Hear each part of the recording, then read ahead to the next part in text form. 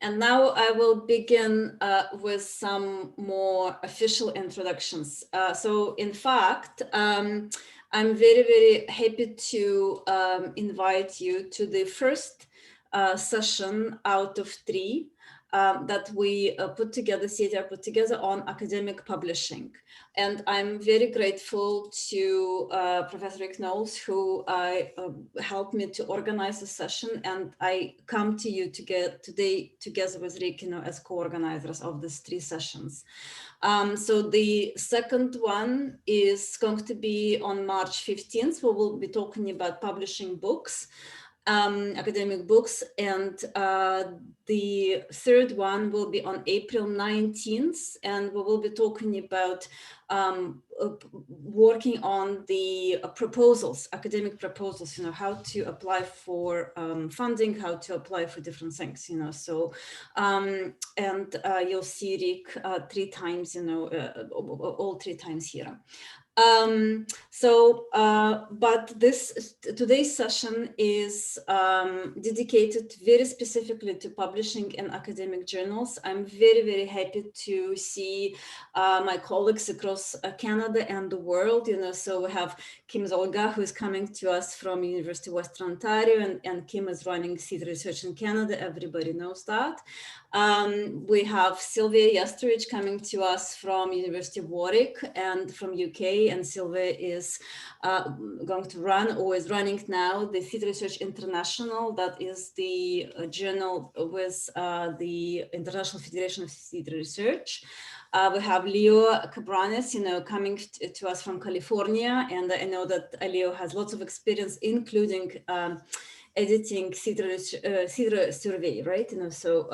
Before, and of course, Rick Knowles, who you also know, that been running all sorts of journals, including Modern Drama and Theatre Journal. I am coming to you I teach at the University of Ottawa, and the University of Ottawa is positioned at the unceded territory of Algonquin Anishinaabe people. So if you feel so, please put in the chat, the acknowledgement of where your university is and where you live. I also would like to introduce to everybody Sylvain Lavoyer, who is coming from Montreal, and he's very generous. He will be helping us with French transcriptions. So if you have, if you need to check, things, in French, please look at the chat, so Sylvain is helping us there.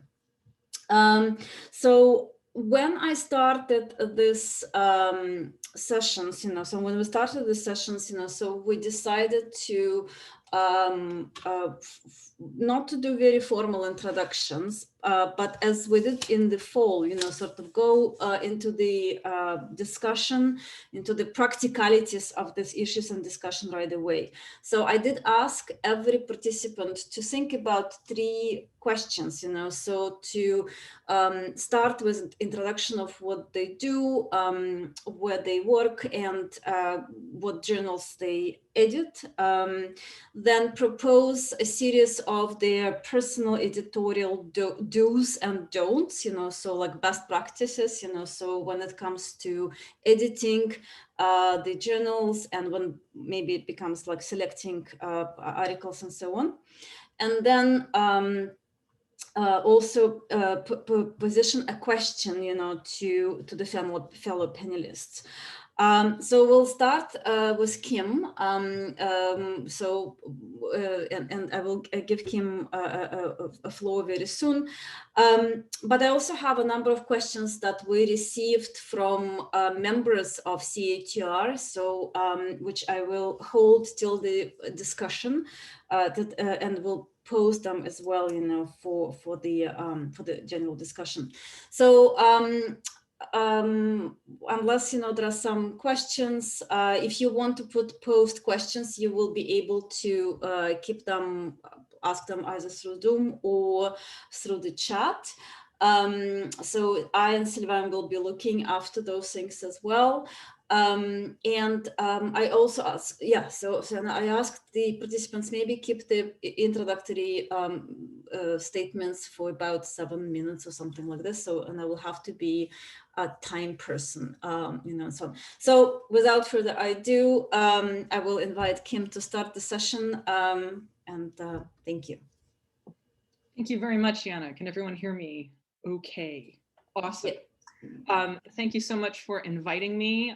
It's a pleasure to be here. And Silvija, thank you so much for your efforts on our behalf. It's wonderful to have that accessibility option. It's also amazing. I was noticing as everyone was coming in, how many people in this room I've worked with, either as an editor or as the person being edited in many different ways at many different points in my career. A special shout out to a handful of Trick people who are here.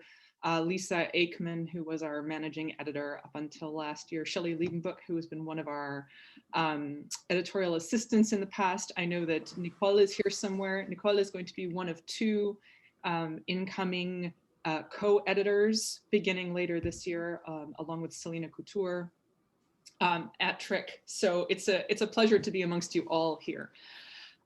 So I am the general editor of theater research in Canada, which is a role that I've held since 2016 when I took over from Marlies Schweitzer.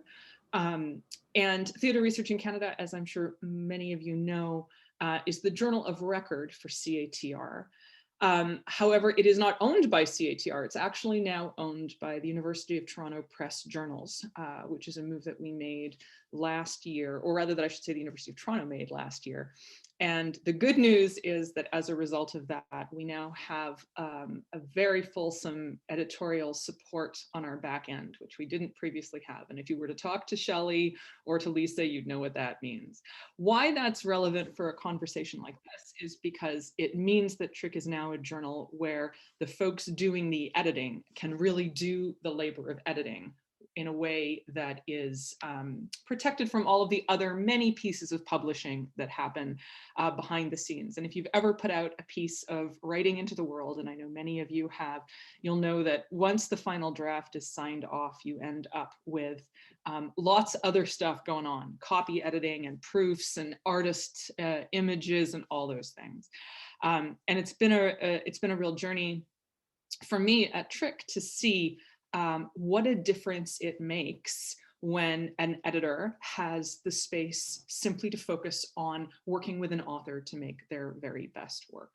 I know many of you know, I've had many different editing experiences over the course of my career, beginning with Performance in the City, which I actually began just out of my postdoc. I've published a number of edited and co-edited books, and I've benefited from the extraordinary editorial mentorship of people like Rick. Leo was at Theater Survey when I was at Theater Survey. All sorts of really fantastic relationships. And one thing that I really want to emphasize, and I'll come to my do's and don'ts in just a second, but one thing that I really want to emphasize is that relationship between an editor and an author isn't something to be feared. It's something to be embraced as a collaboration, an opportunity to really learn. Learn a lot about your own writing practice, learn a lot about the power of structure to shape an argument, and just collaborate, because we don't often have those kinds of opportunities in the academy. I mean, we do, you know, when we win partnership grants and things like that, but on an ordinary day, writing tends to be quite solitary. Even in performance studies, theater studies, when we're writing our books, we're often writing on our own. So having the opportunity to work with an editor as a kind of writing guide, writing mentor is incredibly valuable.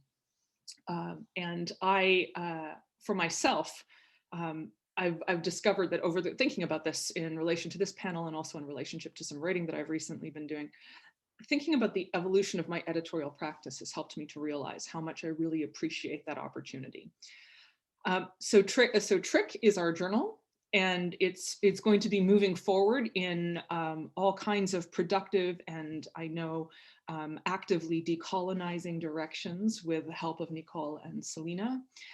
We publish twice a year, and we are always happy to receive papers through our general email inbox, which you can find on our website.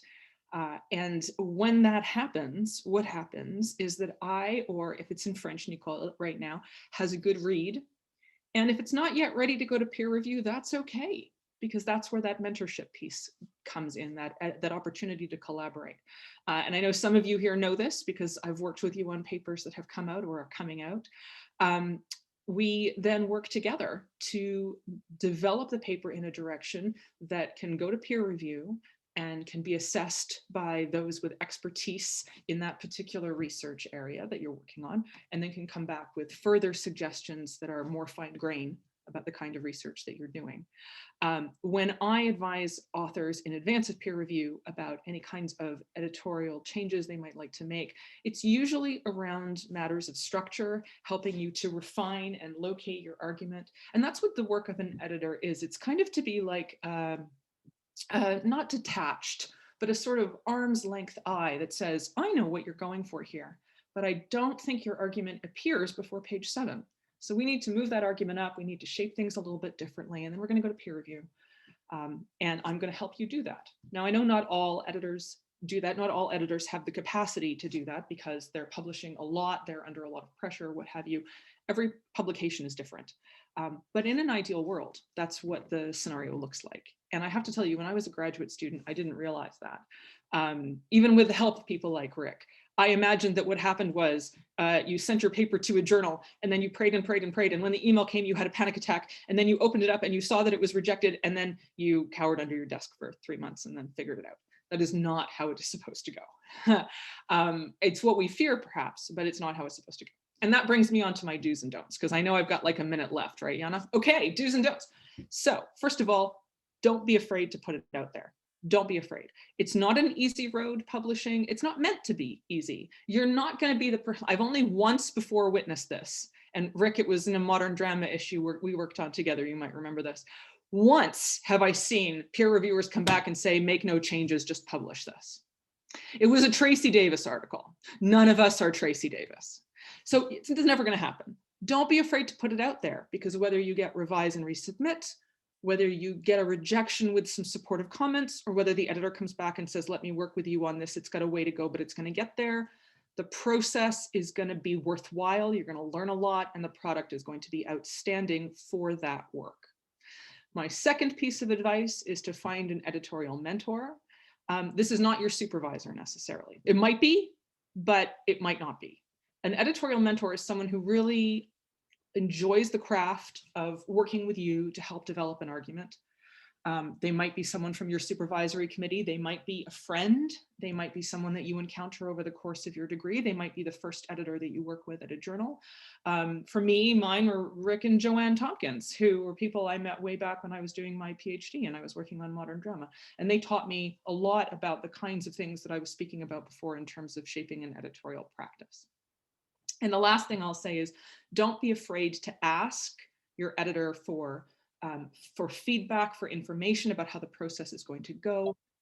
It's not a mystical job, and the relationship between author and editor isn't meant to be a mystical one. It's meant to be a collaboration. So don't be afraid of us. We're just ordinary scholars, really, who agreed to do the thing, and maybe we regret it, maybe we don't. And that's all I'll say, aside from my question for my fellow panelists, which is, can you describe the most difficult peer review that you ever received as an author, and how you dealt with that difficult peer review? Because we're all going to get them, and it's not about not getting them. It's not about being so perfect that you never get them. It's about how you deal with them. That's me. Thanks.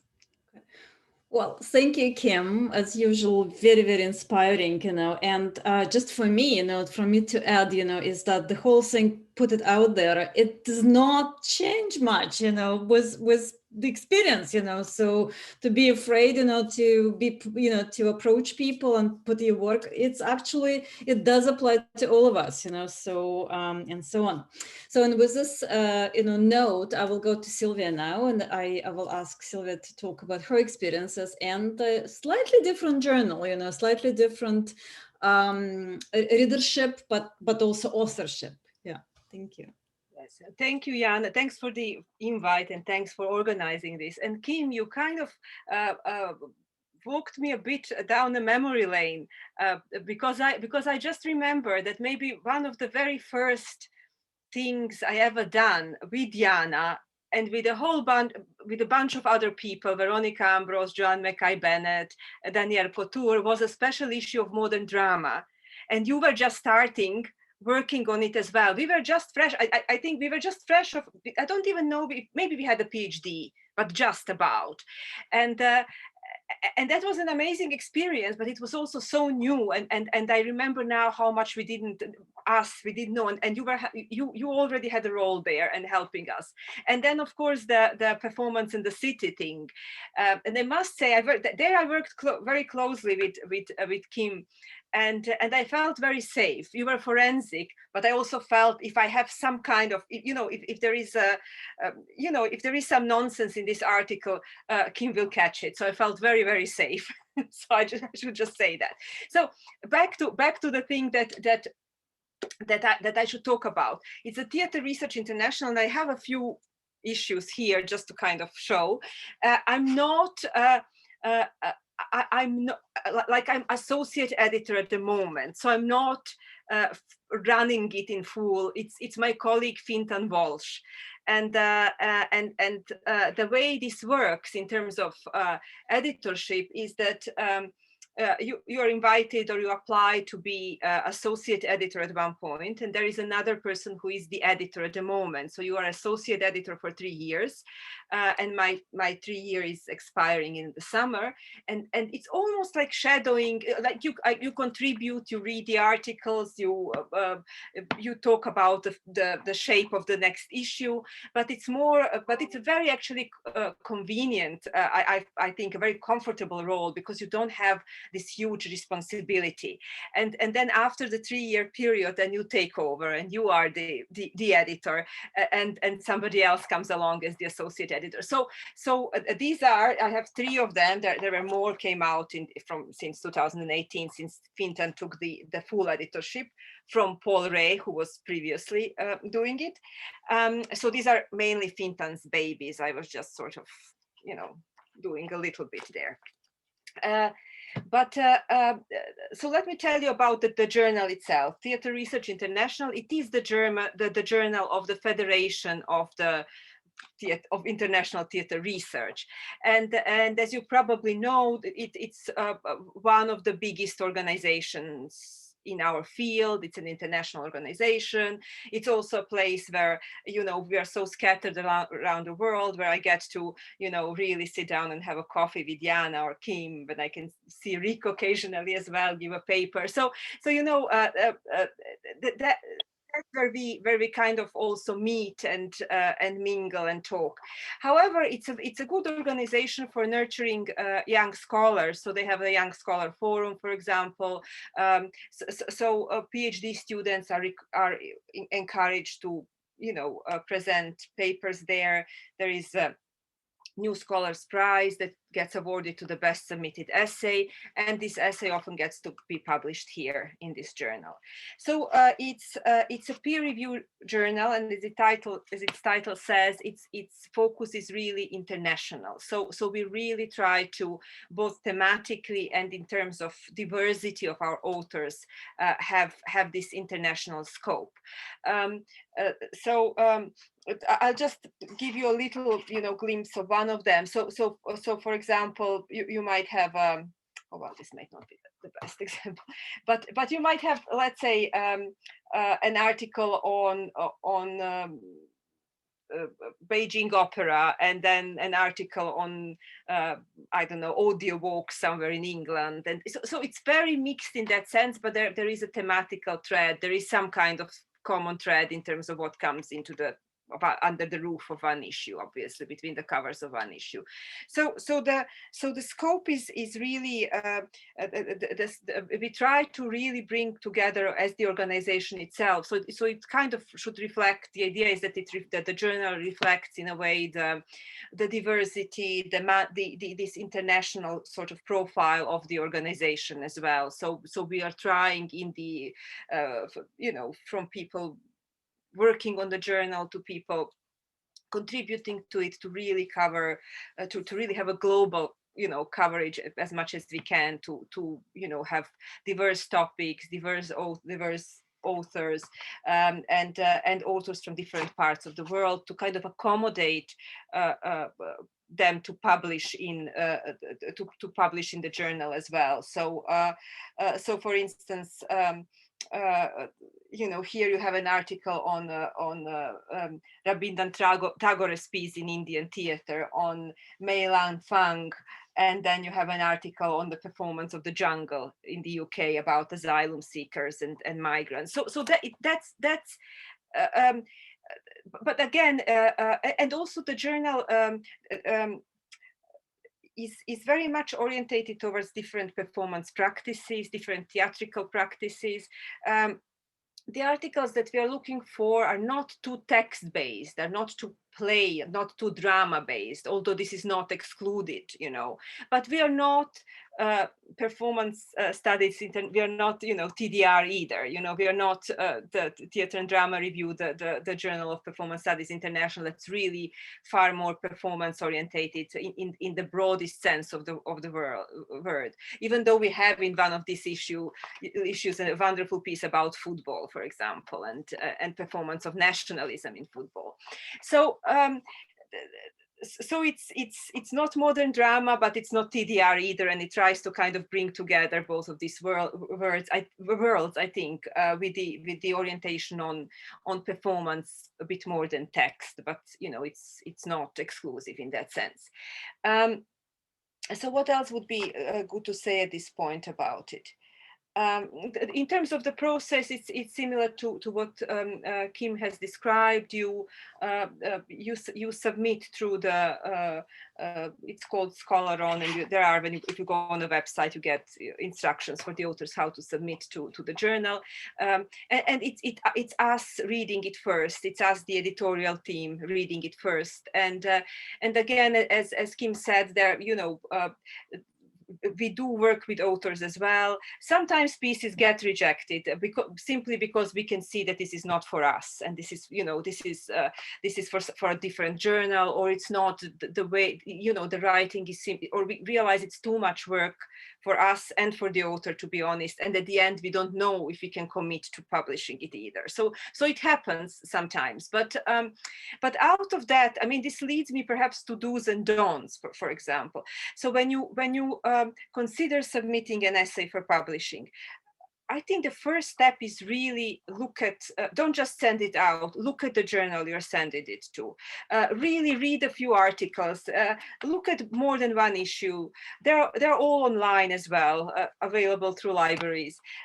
Just see if you see yourself, if you see your voice, if you see your research in the journal, in the type of journal you're planning to send the work to.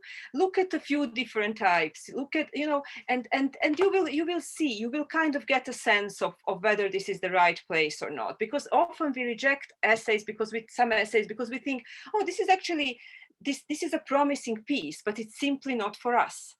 It should go to modern drama, or it should go to, for instance, theater research in education, or it just has a different, and because the process of reviewing and reading, and the process for us to read it and write back to you, and it takes some time. So it's a bit of a waste of time for you to kind of, to send it to the wrong place. So just, I think one of my do's would be, really do your research, look at a few journals and think, this might be, this is on my wavelength, or this is really, doing, kind of research that I'm doing. This is what they're covering. So I think this is very important, and it could be half the battle, I think, to get published. Yes, that would be, and then also, how to put, we get sometimes strange submissions, not very often, but somebody recently submitted their whole PhD, thinking that we might, just get a chapter that we like and publish. Of course, we didn't even read it because it's almost like, oh my God, this is not how you do this. So this is a big don't, obviously, or we might get, especially after the IFTR conference, we get a bit of an influx of these when people would just send in their paper they have presented. So that would normally be too short. It would be not developed enough to a full essay, a bit more spoken word than what we require. So do a little bit of a bespoke, you might have a topic you're working on, it might even be part of your PhD, and you think, maybe this could be developed in an essay. Yes, fine, but then develop it and make it sort of almost bespoke for us.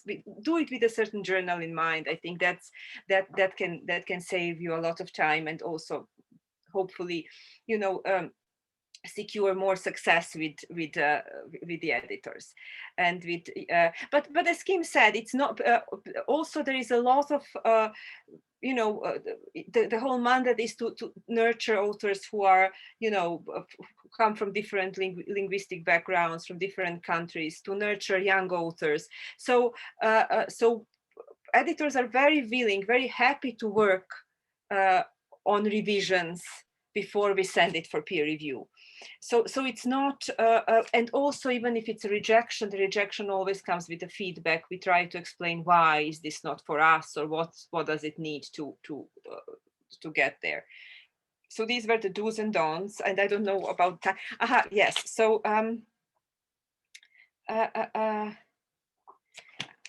my question or Kim's, when do we answer questions?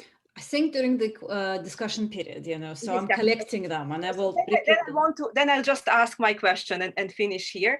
So my question, given that it's Theatre Research International, yes, that we really want to nurture international authors, that we really want to bring in people from many different linguistic backgrounds, and yet it's in English. So do my fellow editors have any or people participating in this call, any suggestions, any thoughts on how do we make it work better, because we don't have, we have a good level of support, but we don't have a level of support where we would have a proofreader, somebody to proofread and make a work that's written in Serbian, for example, like I'm from Serbia. So by a non-native English speaker into a work that sounds very good in English. So there is some of this labor that has to be done before it comes to us. And we are not, we are not, especially myself, we're not sort of grammar Nazis or anything, but a little things that could, if it's not in the way of meaning, if nothing stands in the way of meaning, we are fine, we can deal with it. But sometimes if it's too non-idiomatic, it's really hard. So how, any thoughts, any suggestions, how could we work with that? That's a question. Yeah. Well, thanks, Silvia. I have, of course, a counter question to everybody about how do we tolerate, the accented English on paper, So, and I think that we had a bit of a discussion in the different formats about this, So, but I hope we actually will return to that, because I think the more we write about it in international context and whatever, so the Englishes change, and so on. But anyway, so I don't want to hijack that, and I'll now go to Leo. Would like to invite him to talk about this, because I think you might have very similar thoughts and experiences as well, and I hope we didn't lose Rick for some reason. Yeah, okay, so please, Leo. Well, thank you. No, thank you so much. And I want to thank you and Rick for this wonderful invitation that is allowing me to see old friends and meet new one via Zoom. I'm Leo Cabranes-Grant. My pronouns are elle, him, and his, and I'm speaking from the ancestral land of the Chumash in Santa Barbara, California. I was editor of Theater Survey, and that's a journal published by Cambridge University Press on behalf of the American Society for Theater Research. And recently I was a collaborating editor with Peter Mars and Tracy Davis of the Routledge Companion to Theater, Performance, and Historiography. As for theater survey, I mean, the main focus of the journal is theater and performance history of all periods. Skillfully documented and conceptually wise. The journal has become quite inclusive, covering a plurality of research methodologies and welcoming now a very extensive worldwide perspective. One thing I would like to mention before I go on is that I have been edited by Rick and I have been edited by Kim. And those two experiences were fantastic. This happens a lot that we read each other's work. That's what peer review means, is that, you know, there is always a friend looking at your work from a different perspective, because we are usually too close to it by the time we are ready to send it away. During my tenure as editor of Theater Survey, also we shifted from twice a year to 3 times a year. And the logistics of that were fascinating and at times unpredictable, but it happened and it's going on very well by now. You know, as for procedures for submissions, very much the same. You already heard from my friends here. And also we are constantly scouting for scholars in conferences and symposiums. So, you know, when you are reading a paper at the conference, you might be inadvertently auditioning for an editor. So keep that in mind when you're there, because they might approach you and ask you, I want to know more about this work. And some of the best essays come from those kinds of serendipitous encounters in conferences and symposiums.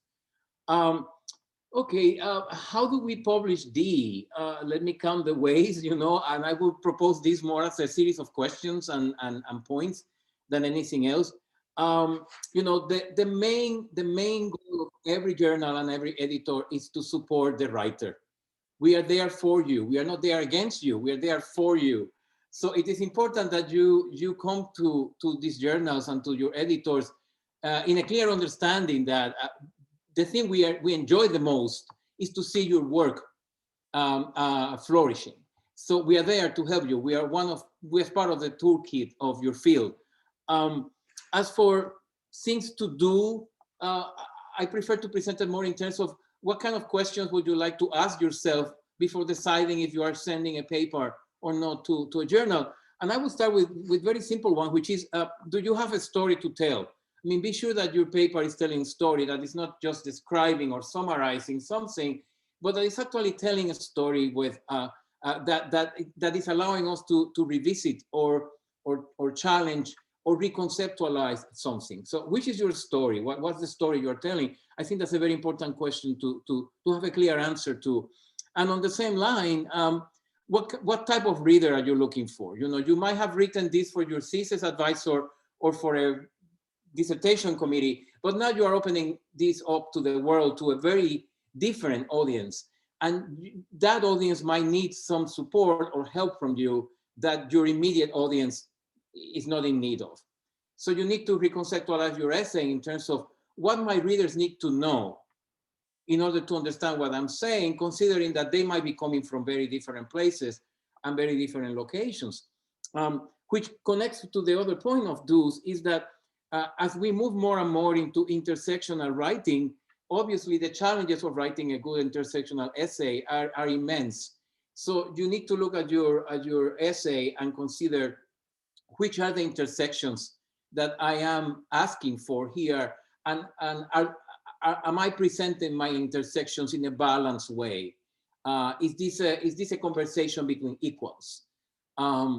Which is a very important thing to think about, because again, if you're writing a paper that's going to have the potential to help others in other places in the field, you need to be sure that you engage that conversation in a balanced, well-organized way. Which brings me to the don'ts. Do not send an extended conference paper. It always shows that it's an extended conference paper. One of the hardest things to do actually is to turn a conference paper that was originally a conference paper into an article, because the difference of audience and reception are immense. So be sure that you are sending something that was really conceptualized as a paper, not something that was reduced as a paper. Also, if there are any illustrations or images, be sure that you send the best quality that you can find. Sometimes it's hard to have the permission before you actually know which journal you are using, but it's good to have the best quality from the beginning. That will save you an incredible amount of time and money once your essay is accepted. And another thing is that, you know, stop comparing yourself with published work, because published work have gone through the whole process of all of us helping you and helping each other to make it what you see on that journals. I get this a lot from new writers that, oh, I don't feel I can write like that. No, you can't. You are perfectly right. Because writing like that takes a community of readers and mentors. And we all have gone through that, and we still go through it. I mean, I'm still edited when I send something. And I learn always a lot from the process. So don't be afraid of not being like your models, because your models didn't make it alone. Your models were the product of this cooperation. And one of the wonderful things about our profession is that it's very collaborative that way. And we're here to help your ideas to shine and to make them, you know, go to the world in the best way possible. I would like to stress this a lot, and it's what I call the special relationship. That sounds like something else, I know, but I'm going to call it that way. The special relationship between editor, author, and external readers. Your essay will become a small community, almost like a little, you know, a symposium or little seminar by itself, in which you're going to be dealing with these strangers that anonymously are telling you what they think, but that they were carefully selected by the editor to ensure that you can get the best support available. I mean, one of the most difficult, and I wonder if my colleagues feel this way too, one of the most difficult things to do as an editor, after you read a paper and you decide, okay, so let me see what I'm going to do with this, is finding the right community of readers for it, which is not very easy, because again, as we become more intersectional, it becomes more intense to find a reader that can, you know, navigate different fields at the same time. So you can be sure that the editor have done the best to create for you this small community of readers that are there for you. If you receive a paper saying revise and resubmit, that means not that we are, you know, being polite and rejecting you. What that really means is that we see the potential in this paper, but we as editors, we want to be sure that by the time it arrives to the external readers, the paper is ready to be read in a very fair way. So I say this because quite often people never resubmitted the paper because they thought that somehow the request for a revision was a mild rejection or something.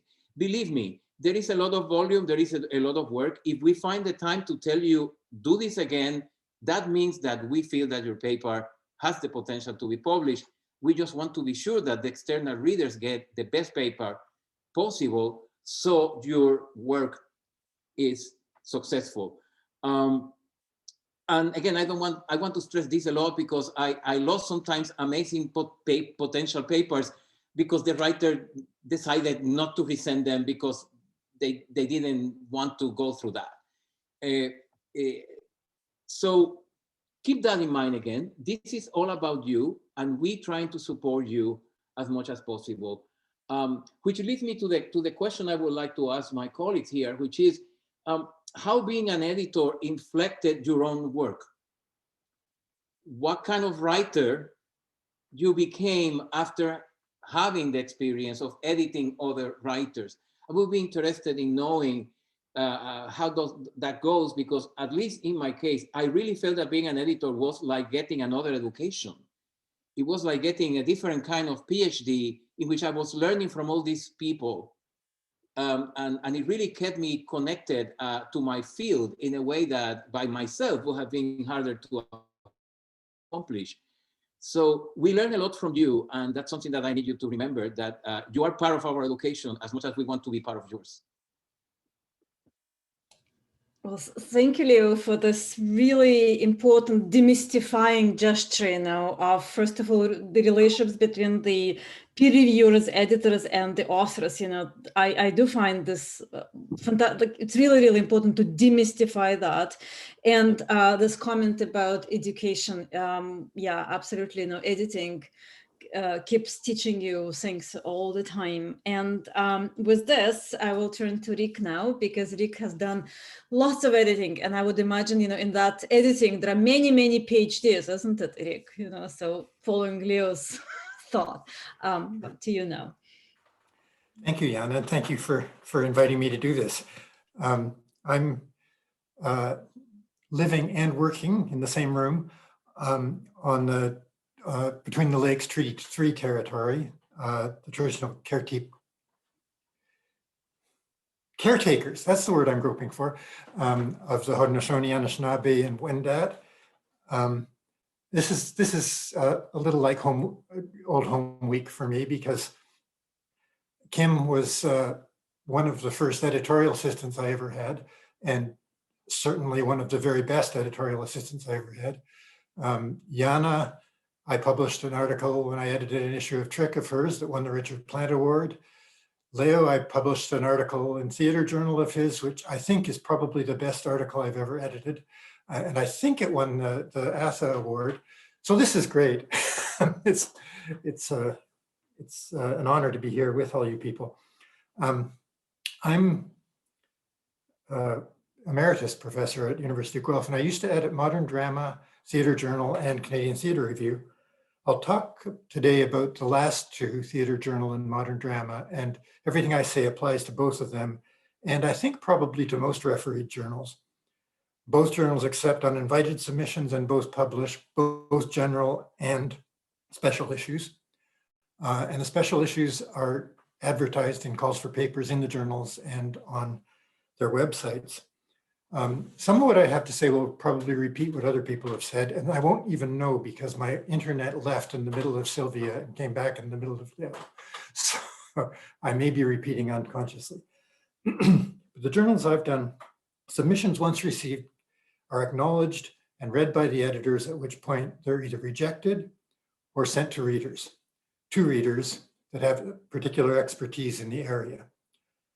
After aspirationally about 6 weeks, readers' reports come in recommending either acceptance, which as Kim said is very rare, rejection, acceptance with revisions, or you're asked to revise and resubmit.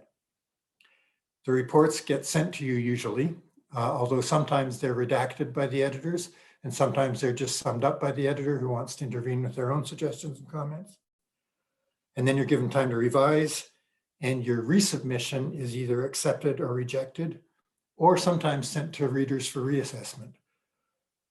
If you're eventually accepted, your submission goes through a process of editing, which sometimes can ask for more revisions, though at this stage they're usually small. And then of course, copy editing, proofreading, acquiring permissions, getting images, all that sort of stuff. The whole process, you should know in advance, can take over a year, and sometimes longer.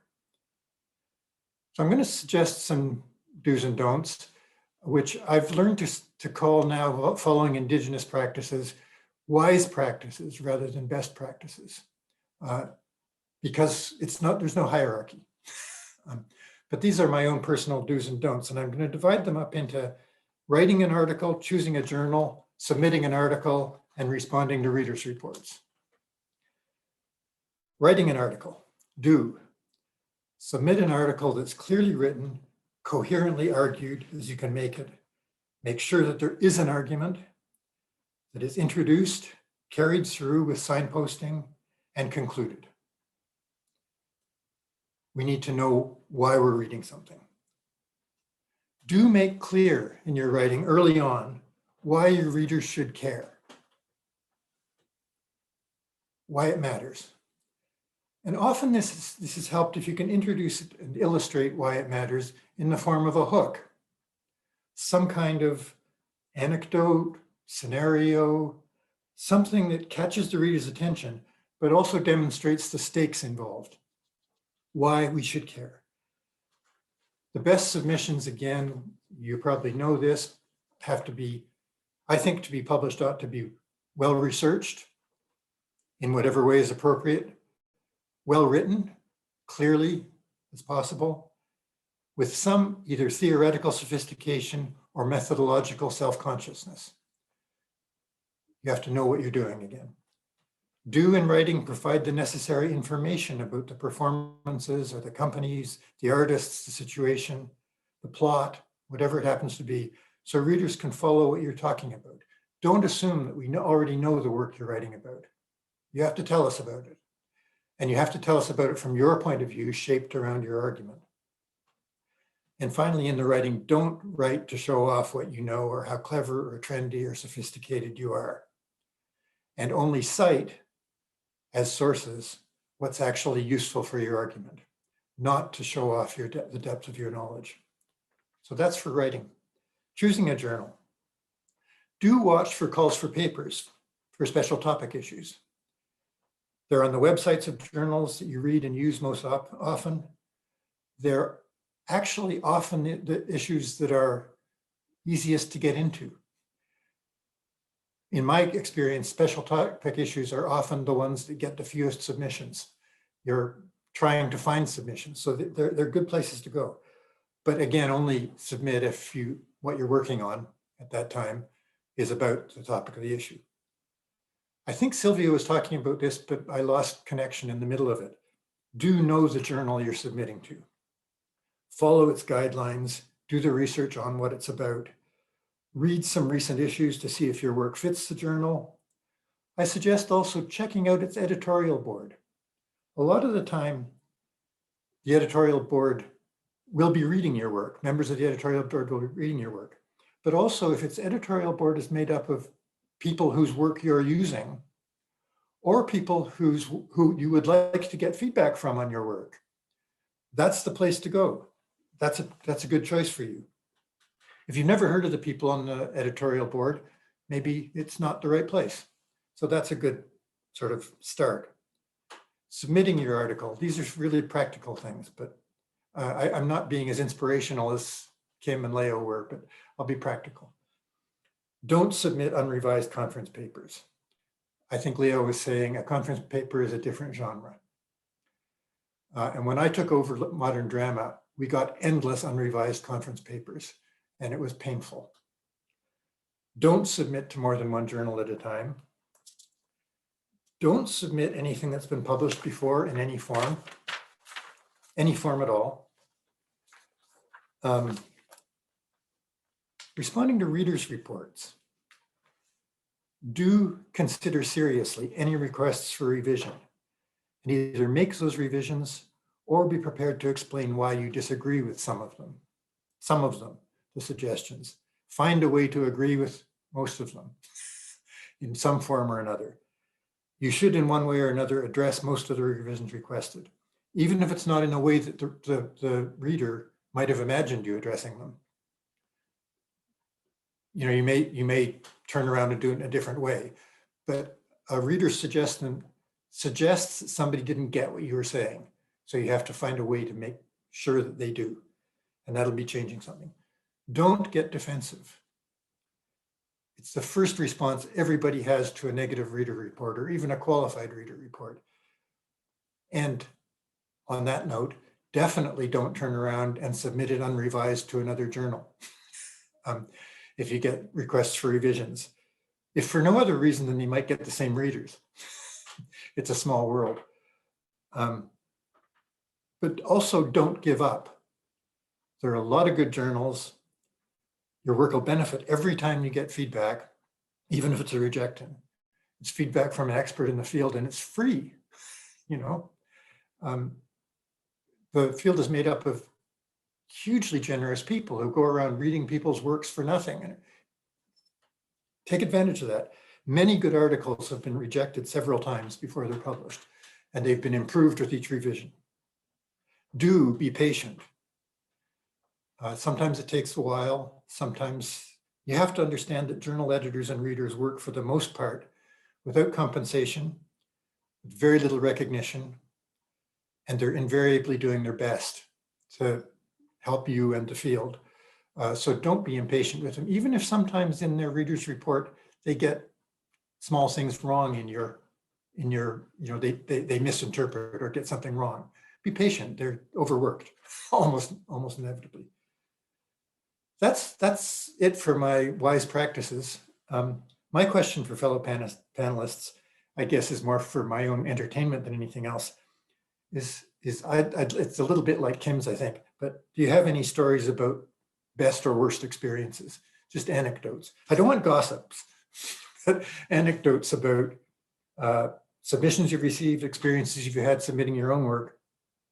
So it might be exemplary. That might in some way be a model for what people should or shouldn't do. Yeah, that's about it for me. Thank you. Well, thanks a lot, Rick, for this very, very comprehensive picture, So I hope people were able to take good notes, actually, and we will have this recorded, on the website. So I would really, point people to your statement, just to really follow it. We have wonderful questions on the floor already, and I have a couple of questions that came up before. So actually one of them you kind of covered, so there was a question about ethics and traditions of submitting one paper to different journals at the same time, and the answer is no. The other question was about the rights for an article that was published in a smaller journal or website, to be resubmitted to the larger readership in another well-known journal. So my understanding was it's not a good idea. So the paper should be revised and rethought, before. And there was another question about publishing a conference paper. And again, we already got a response. Don't just send in a conference paper revise. So I think that was like from the audience, from before. And now I will go back to the questions, and just kind of repeat and remind people, so what was asked. So Kim, who started, this conversation, asked us to think together and describe the most difficult editorial moments in your practice, when you would be facing probably a difficult review, right? Like a difficult negative peer review, and how would you convey this information to the readers, to the authors? And I guess, there is also, how would you suggest authors to respond to that, right? So there was this question. And I also don't need gossip like Rick, but I am interested to hear about others from us editorial peers, our experiences of dealing with negative peer reviews of our own work. Just to get in the spirit of demystification, we've all had them. I think it's very much like Rick's question. What did we do? Yeah. So, and since we have like two questions in one, maybe we'll start this conversation and then I move on into the next two. And as we're doing that, I will invite the audience, to start preparing your own questions. We're going into the longer period of discussion. And you can either put on your mic, so put on your camera, ask, like in presence or through chat. And so we'll see how it goes. Yeah. So Leo, Silvia, Kim, Rick, so what do we do, with problematic, reviewers, how do we approach that? Well, Silvia, are you going? No, so it looks like Leo, you're going, yeah, and then Silvia. Well, I had that experience in my past, and I had it recently, and I will have it again in my future. It just happens. I have to admit that, my approach to that have changed as I age, obviously. When I was a graduate student, it was like a setback. I really, felt somehow abandoned by the field after a very peak of hard work.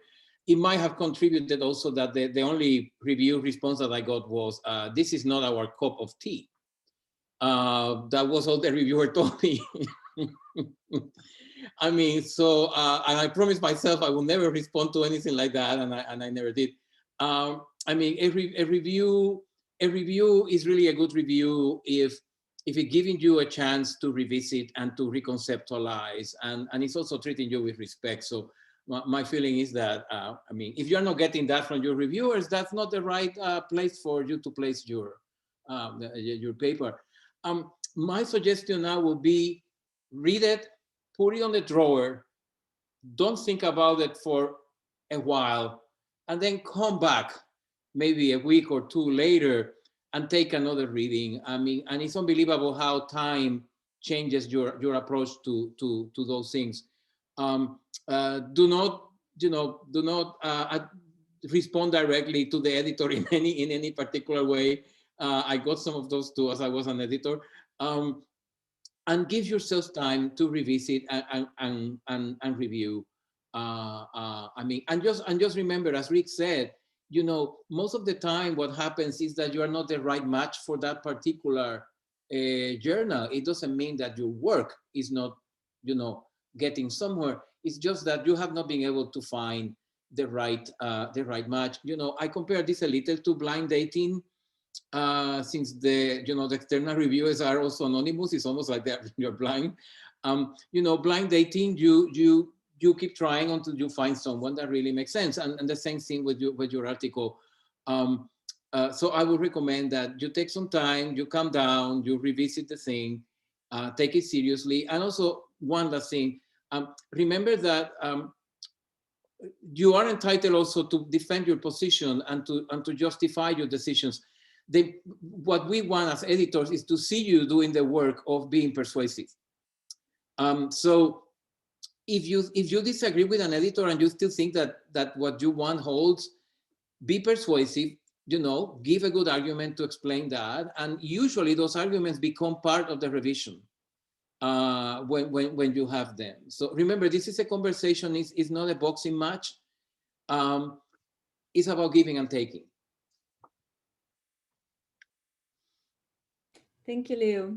Silvia, would you like to pick up? Well, I have a similar sort of, I want to talk about one that's from very early in my career and one more recent. So the very early one, I put together an article based on the research that I was doing for my dissertation, for my PhD, which I don't know at that point, was it finished or nearly finished or somewhere there, but something that I was sort of confident in because I was working on it for such a long time. I really got into it and everything. And then I send it, I will say where I send it because it's not even in our field. So because the PhD had to do also with literature, with as much as with theater and with theory and things like that, I sent it to Poetics Today, which was a journal that I very much liked and admired, and I still do. And I haven't read it recently, but it's something. It's a publication that I really admire. So I sent it there, and I don't know if I got a flat rejection or revise and resubmit. I think it might have been revise and resubmit, but it was almost worse to me than rejection. I got a really long, I got two responses. One was sort of so, okay. And the other was really long and detailed. And I found it devastating because it seemed to me, if I were to respond to this properly, this is a completely different, this is another dissertation. I wasn't even disagreeing. It was just an entirely new kind of, I don't know what it was, but anyway, it was devastating because it was it was something like I could not possibly manage. I could not manage, and it kind of made me feel insecure about the work I was doing at the moment. So I don't know. I mean, I responded politely, and I thought I said I will try to do it, and I never did it because I realized that I cannot. I took a different path with the whole thing. So I don't know. It was really, I have to be fair, it was a thorough read. I don't remember details, so we might not be on the same page. It might not have been their cup of tea, as you said, Leo, the way I put this material together or thought about this material. But they really put thought, and both responses were really thorough, were really sort of, I cannot fault them in that sense. But it was devastating because I thought, this is, am I on the wrong? It really brought a lot of self-doubt.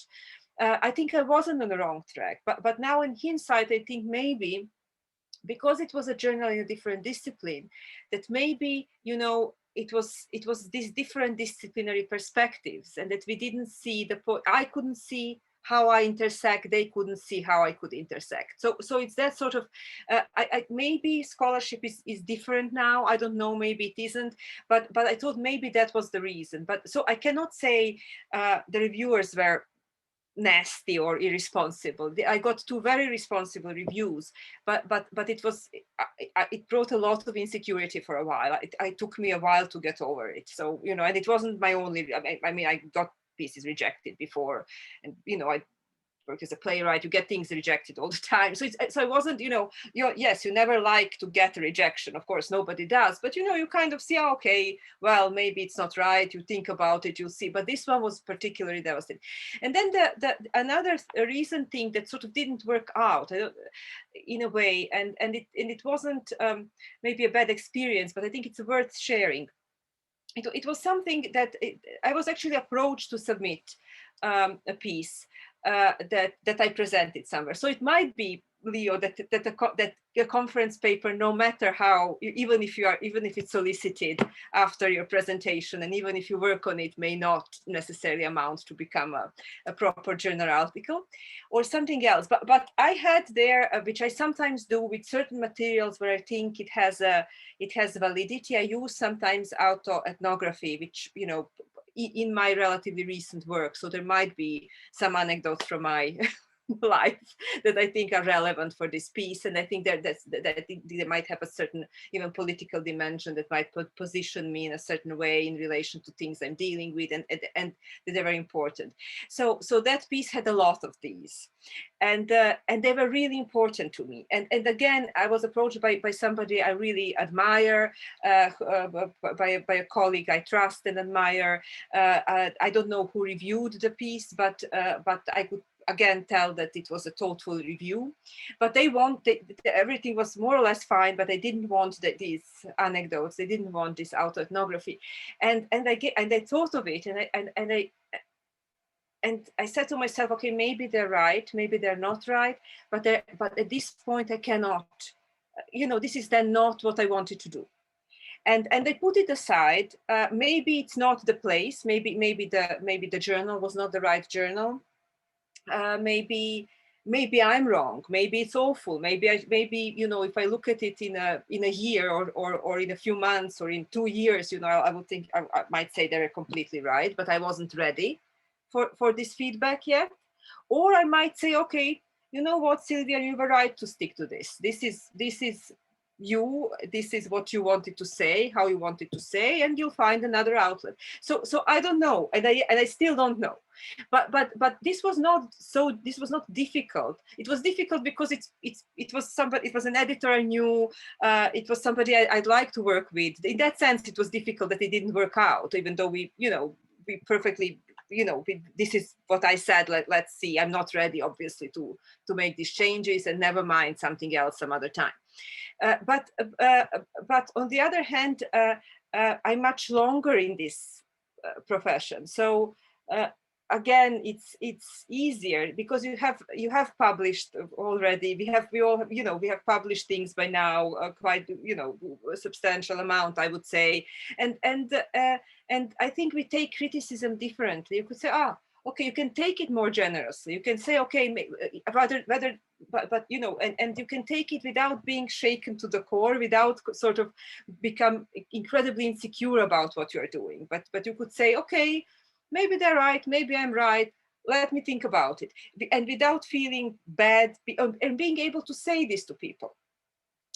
So I think it has to do sometimes with where you are in your career, but also it has to do also with time. And there were feedbacks that I received and made me furious at the moment. And I thought, well, they don't understand me. But then, you know, I look at it 2 weeks later and I think, oh, well, actually, they're bloody right.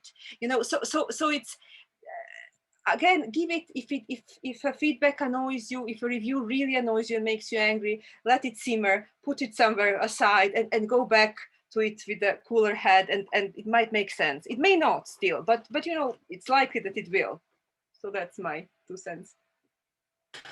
I would like to turn this question to Rick and Kim, because both of you brought it, so like in different ways, so I wonder, so what did you have in mind, so and also from the editorial perspective, so how do you really handle the situation, so especially maybe, you liked the article originally, maybe you thought there was a potential, but then the review comes, which is really not positive, so how do you handle the situation from the editorial perspective, so that kind of, I'm changing question a little bit, yeah.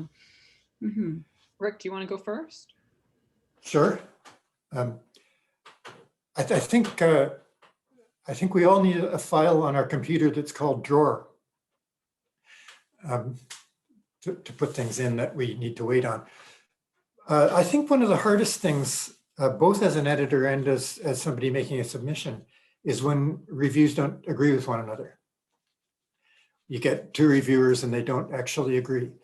And as an editor, that's not too bad, because that's a good excuse to actually step in and do your own review. So it draws on both of the others. As an author, when you receive that, it's really hard to know what to do. Take it as an opportunity, because you can pick what you like from each review, in a sense. But I wanted I did a submission once where I got that, and one review was, you would think that it had been the best thing ever written. You'd think my submission was God's own word, and the other one was really hostile. You'd think it was one of the worst things ever written, really diametrically opposed. And of course, like everyone, the only one you pay attention to is the negative one. I think that's human nature. You go for the negative one. What I did with that was I wrote the most vitriolic, angry, detailed, nitpicky response you could ever imagine. Really enjoyed doing that, put it in the drawer. And then about a week later, I wrote a really conciliatory response and said how I was going to handle all the things that I was told are wrong. It's actually better than just putting it in the drawer, because it gets everything out of your system. And also the week later, you read that response that you wrote and you realize how nuts it was. You can see that you were overreacting in huge ways. So that's a kind of tool. The other thing I suggest, actually, that I maybe should have said originally, is I would suggest not ever looking at the piece you've submitted until you get your readers' reports. Don't look at it in between. It may be 6 weeks, 8 weeks, 6 months, but you're further distanced from it. And you can actually see sometimes, going back to it after you've had the reader report, oh yeah, I couldn't see that when I wrote it, but I can see what they're talking about now. So I think, I'm not sure that addresses your question, Yana, or not, but that's an anecdote. No, that actually perfectly, addresses my questions, because I did have in mind this another one about, good and bad reviews, so you just, but maybe Kim has something more like editorial wisdom about how do you deal with that poor author, so you kind of like their work, but oh God, so the reviewer completely took it apart. What do we do? Oh, okay. Yes. Well, first, I want to endorse everything that Silvija, Leo, and Rick said. And I've had a couple of those situations where you get the one review that's like, yeah, awesome. And the other one is like, you're an idiot, or some version thereof, very hostile. And it's the hostile reviews that are really, they're hard. Sometimes they actually are hostile, and that's on the reviewer. Sometimes you perceive them as more hostile than they are because of all of the things that make you a human being in the world. And so it is, of course, extremely valuable to don't ever hit send the day of. Don't ever do that. That's a big mistake.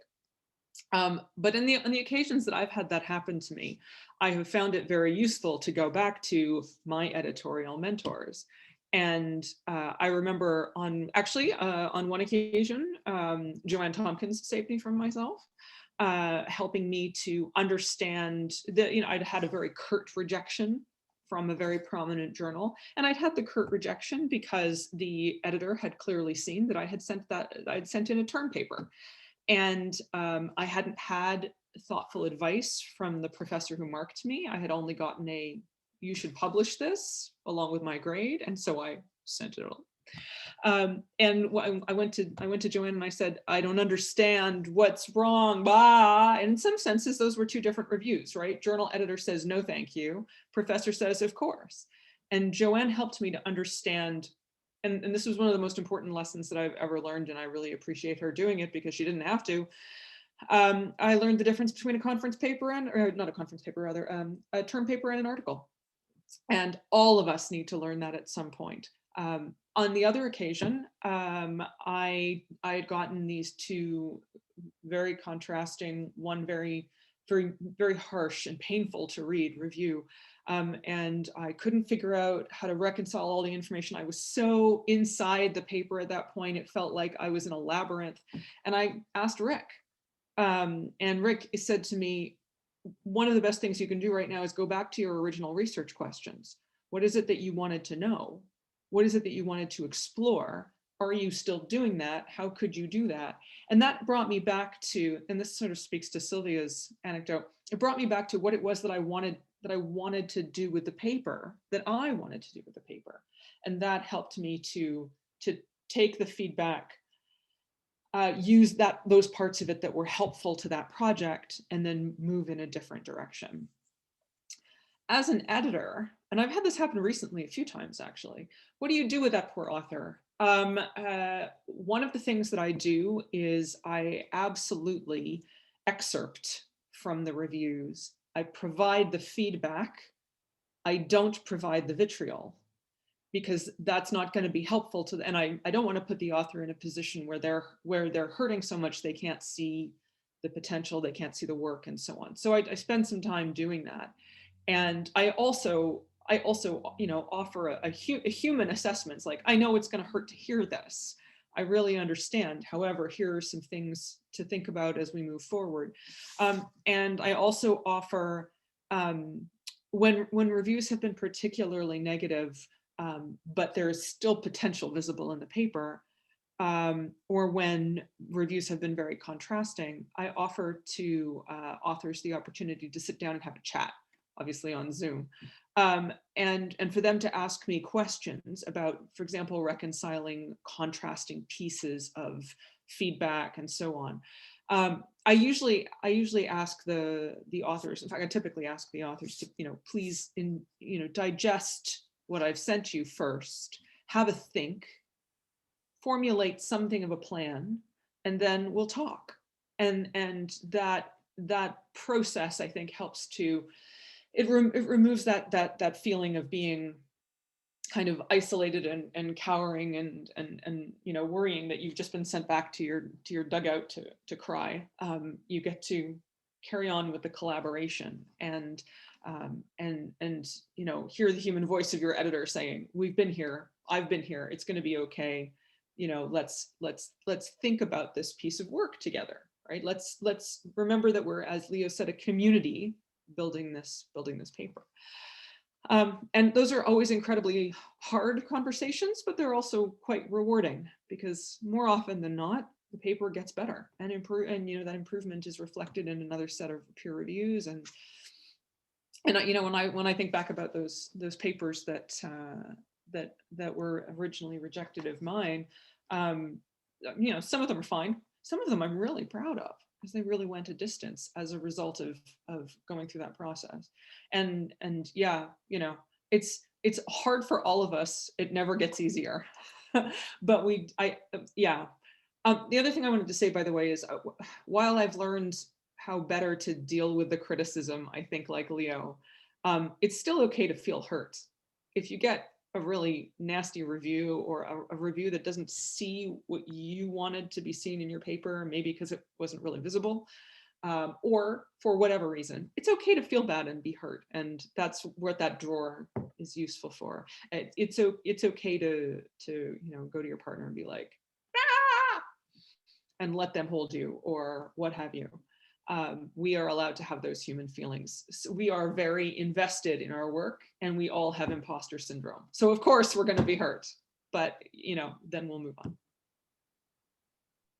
Well, again, Kim, so many things, to this reminder, of the human aspect, of what we do and so on, and which is also an interesting segue to the question that Leo was asking about how the editing really changed your own work, so your own position and your own attitude, towards the process of writing, which is, I think, what's really important, which I find, also as an editor, is that we're learning that this is a long process, and we're learning patience, so which I find in my students, for example, so we actually very often don't see that patience, so, and I think that being in this profession, really, really teaches you to be there for long run, and so on. Yeah, so I'm actually turning this, to you now, the question about the change, that you experienced, but also the other question that Leo had before is about finding the right community, so how do you make sure that this reviewer is the right one for this particular piece, so or not, so how do you find, the specialist, in this? Yeah, so maybe anybody who would like to pick on that. How do you find the right match for that blind date, if I can say, if it's possible? With a little help from your friends, I mean, you might not know as much from one field that is represented in a paper, and then you start your networking, asking your friends, do you know anybody that is working on this? Or you do your own research, and then you have to contact these people and convince them that it's okay to interrupt everything else they are doing in order to pay attention to this particular paper. And again, finding the right conversation for each paper is, I mean, nobody's infallible. You might make a mistake sometimes and create a community that didn't work very well. But most of the time, a lot of your effort is going to be in finding the right interlocutor. And you end meeting a lot of people that otherwise you will have never met in order to find that conversation that you're looking for. I have to add something that just as an anecdote, but I don't know if this happened to my colleagues here, but in 2 occasions I had actually to reject a review because I felt that the reviewer was so hostile and disrespectful that it was completely unacceptable to share that with anybody. And that was not a friendly outcome, but I mean, this is something important, someday you are going to be a reviewer yourself for somebody, and never forget, how the process affected you when you write for other people. I mean, there's something that can be very impersonal about a review, and the best reviews are those in which you can feel that the reviewer is really trying to talk to the person, not just, attacking the person. And again, I insist on this. If you're not getting that from your reviewers, your editor should not have moved forward, maybe, or that might not be the right journal for you. Remember that in an interview, it goes both ways. They are interviewing you, you are interviewing them. It's perfectly fine sometimes to say, something, I don't think this is the right place for me. I'm moving forward. I agree with Leo on that. A couple of things. One is the worst kind of review, and the kind of review that you shouldn't send on as an editor, is one where the reviewer wants the author to write the article that the reviewer would have written. They're not willing to actually look at the thing for what it is. And that's always a bad thing and should not go to. And if you receive a review, as the author, if you receive a review like that, you have to understand that's what it is. And you have to hang on to what you want to do, not try to twist yourself all out of shape to write somebody else's article. So I think that's the other thing around finding the right reviewer, to answer your question, is that is very tricky. You're always tempted to send it to somebody who's quoted in the article, or quoted in the submission, or cited in the submission. And sometimes that's a good thing, and sometimes it's not. Sometimes sending an article to a specialist on the topic who is not quoted in the article just gets that reviewer's back up. And they say, why wasn't I quoted? Why wasn't my work cited? So you have to be really strategic around whether you want to send, because sometimes the person you want to, the ideal reviewer in your own mind is somebody who's quoted there. And that can twist that reviewer's head around. But if you know the person and you know that they're responsible and reliable, that can often be a good clue. And there's actually also, again, I think it's a really problematic territory, but I've seen people ask the person doing the submission, who would you like to have read this? Again, that's really tricky, but it could conceivably, again, assuming that the readings are all blind, be okay.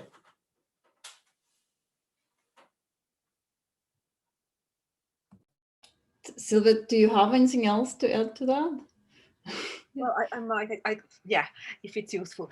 Yes, well, just to build on Rick's point, we don't do that in the journal, but I find that experience actually with some of the book publishers, that they would ask when you do submission, and actually for journals, I'm not sure if it would work, but for a book it kind of does, because they ask you for a long list of people, so you don't know who are they going to pick up, and I could never tell if they picked up the person that anybody from my list or not. So who knows? Just for this, for Theatre Research International, I mean, one thing that is sometimes tricky is because we get submissions from all over the world very often, and recently it happened that something sounded to us very I don't know, it was let's say, for the sake of argument, a piece on Korean theater. So it was something we didn't know about at all, none of us. We didn't know about this material, we didn't know about this tradition, we didn't know about what was this, you know, we had no familiarity with it. So it was well written, it was well argued, sounded really interesting. And then we sent it for peer review to people who were specialists in the field. And the response was, oh, well, that has been covered, you know, this is not new, this is not. So that posed a bit of a dilemma, you know, in terms of who is the audience, who is the readership. We trusted our reviewers, but then we don't have this, you know, usually as editor, you have certain parameters and you can moderate or the feedback you get from readers. You know, you can see, okay, I'll send them this feedback, but I can also send sometimes, you know, we send in certain our interpretation of maybe how this feedback suggestion, how it could be taken on board. But with this kind of feedback, because we were not competent, basically, you know, we didn't have the cultural competency, we didn't have the background in the scholarship. So it left us with a big dilemma. What do we do? You know, and then we ultimately trusted the judgment of the reviewer. But I'm not sure, you know, because it could have been a biased reviewer. I would be able to tell a stern reviewer on something that I even remotely have an idea what it is. But you know, on a subject that was that I didn't know anything about, we just had to trust the reviewers. So so that's a little bit, when you work in the international context, I think that becomes a bit tricky. You know, how do you? Sometimes we'll just if pieces are well contextualized, I think then it doesn't always matter. You don't always have to have somebody who knows this particular area and this particular culture to bits, but you know, close enough could do, because they can look at structure, they can look at other things. So that's one of the issues, you know, we are having, not often, but occasionally. And the other thing I'd say is that from the sort of editorial point of view, usually it's two peer reviews, and it's not by default, but I'd like to sometimes have somebody who is an experienced colleague, and perhaps to give an opportunity to do the review to somebody who is a younger colleague. So I do encourage also my postdoctoral students or doctoral students at the end of their doctoral project to actually accept, you know, to or suggest some of them who I think would be good to review, because I think it's a great learning process when you sort of read somebody else's work from the position of a reviewer, and then see what works for you, what doesn't. And I think in that sense, to go back to Leo's first question, you know, it kind of it is learn, you know, you learn as well, because you have this sort of hopefully impartial, you know, reading of somebody else's work, and the distance that we sometimes don't have, and when it comes to our own work. Well, thanks. Yeah, Kim, you want to go ahead? Oh, I just wanted to say that we have in some ways the opposite problem of Silvia's at TRI at TRIC, because theatre research in Canada has always had a mandate to publish work that is broadly about or situated in the lands called Canada. And we have shifted and expanded that mandate over the years, and have under my editorship over the last few years have further internationalized the way we think about the relationship of this space to other geographical spaces, and the way Indigenous scholars and artists here think about their relationship to indigeneity elsewhere.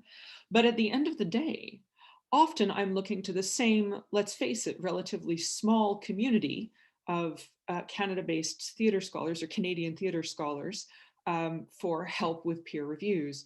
And one of the things that happens then is that, first of all, you know, sometimes you can guess who the author is. Redacting papers is something that we always do. Our editorial assistants are, you know, they scrub the paper of any identifying markers as much as humanly possible, but we're still a small community. And, you know, it's very possible that if your paper is based on something that you gave at CATR, that one of the several people, or many of the several people that I might approach to ask for a review may have heard it. So that's something I'm always, I have to think a lot about which colleagues I trust to give a fulsome, thoughtful read, even if they can guess the author. And that's most of us, right? But it's still a consideration that I have to make.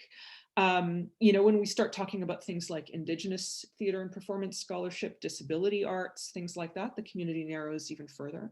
So one of the things that I've been doing is I've been making an active effort to get an international reviewer for every paper, unless for some reason that's not appropriate. And I just have to then brief the reviewer and say, look, I know there's no chance you've seen this play. I know there's no chance that, you know, some aspects of this you're just going to have to go with. And I try to give them some direction and support around that stuff. But it can also be extremely useful to have people with no knowledge of the performance artifact, for example, reading the paper. I had an example not too long ago where a peer reviewer said, this sounds like a really terrific piece of work that you're talking about, but you don't set it up clearly enough. I, as someone who hasn't had the chance to see it, can't quite see what it is that you're writing about. So then that's a prompt to flesh out that part of the introduction, to flesh out that part of the first half of the paper, and bring all the readers with you, right? As Leo and Silvia were saying earlier. So it's an interesting challenge. Sometimes I know too much. Sometimes we know too much, and it makes the ethical components of the work a bit challenging in a good way, but challenging.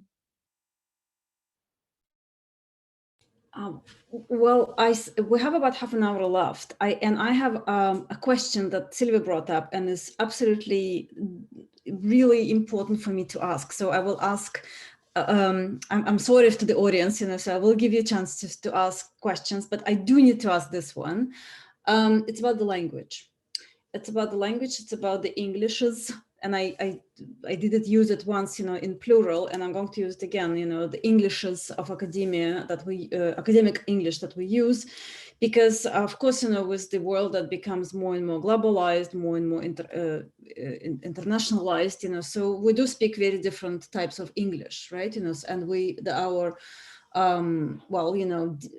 command of the language is really, really different, So the question is, how do you deal with, how do you tolerate, how this change, So how do you navigate that change, So and at what point, so the non-idiomatic English or accented English, becomes okay for the academic work in English, right? So we're really focusing on English here, because in different languages there are different problems, but English is the most used right now, right, in academia. So yeah, so that's the question about language. Who would like to pick up? I will pick up.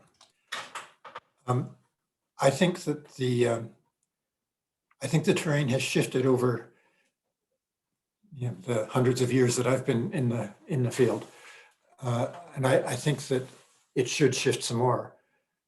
For me, I believe that clarity matters a lot, but an editor should never interfere with a person's mode of expression.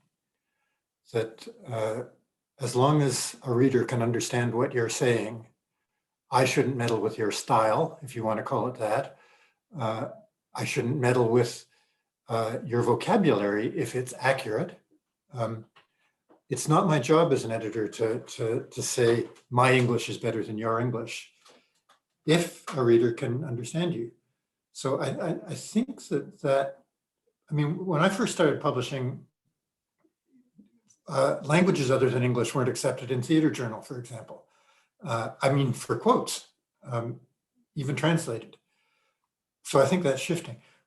But I feel really strongly that I get annoyed as an author if somebody makes edits in writing that I've done that changes my voice.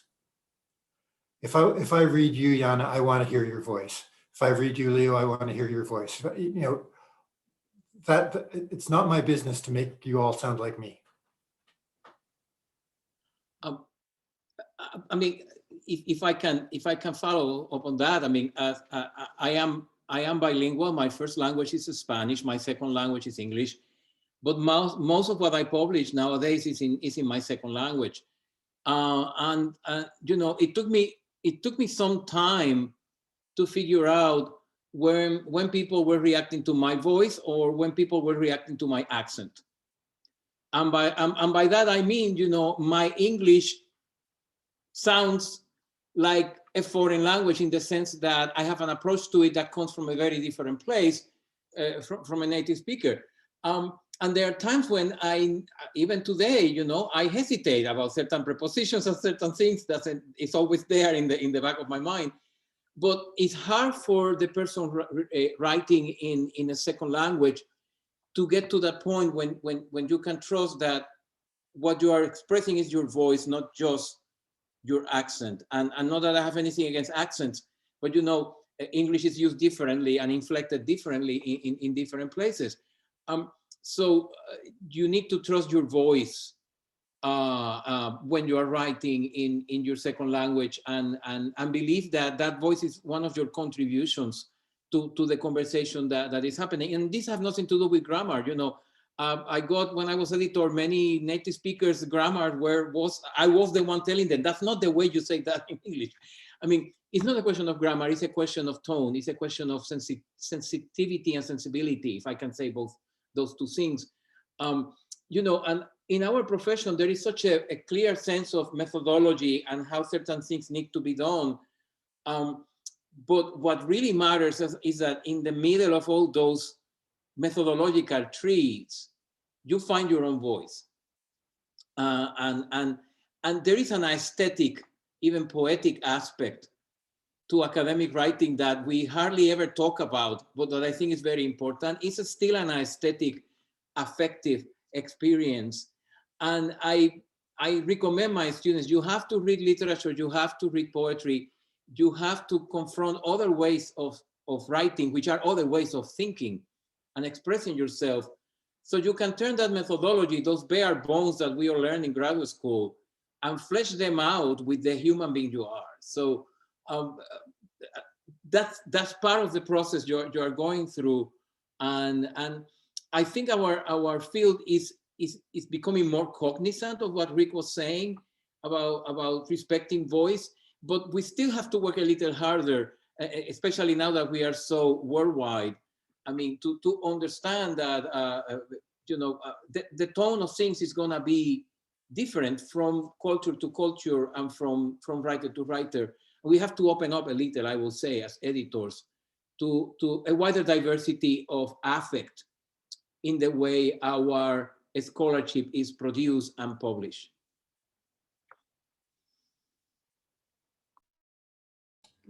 Thank you, Leo. This is so beautiful. And it also reminds us, that about the creative component of academic writing, which we forget. And I so much would love to bring it back, and especially to this audience, because we have so many students here, so just to remind people that, yes, it's also creative work, academic work is also creative.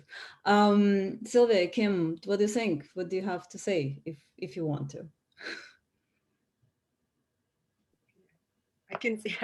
Well, yes, I completely agree. One thing, because I started as a playwright, and I have people often asking me, oh, when are you going to write again? And I'm saying, but I'm writing all the time. I say, yeah, but the literature. And I said, well, this is.